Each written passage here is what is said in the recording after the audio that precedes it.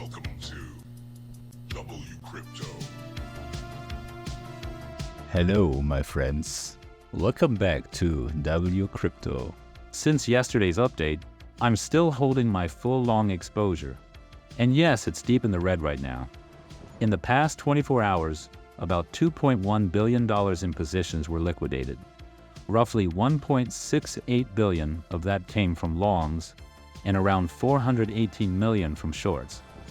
There's a rumor circulating that a major market maker went bankrupt during the October 10th event, the one that saw a massive $22 billion liquidation spike. The claim is that they had to sell their remaining Bitcoin holdings, potentially forcing price below 100,000.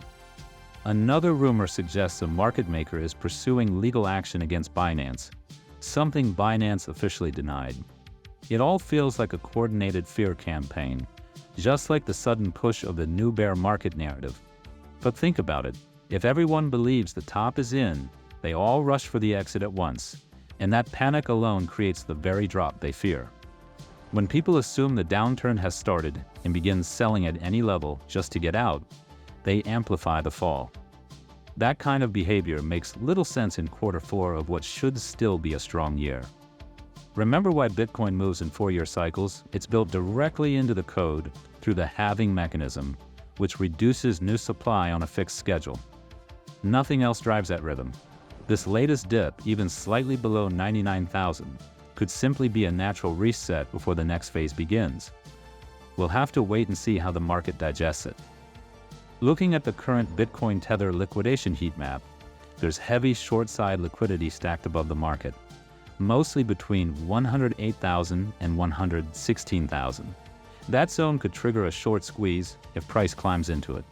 Below the market, there's only moderate long side liquidity under 99,000, meaning downside exposure is relatively light. With Bitcoin hovering near 101.8 thousand, the structure leans toward potential upward volatility.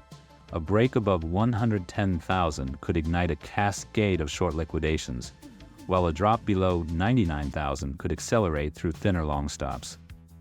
Now, something unusual is happening across the major models.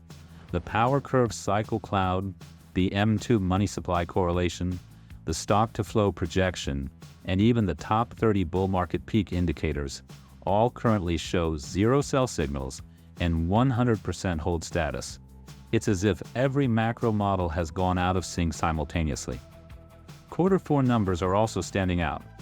Bitcoin is down about 10.9% and Ethereum about 21.45%.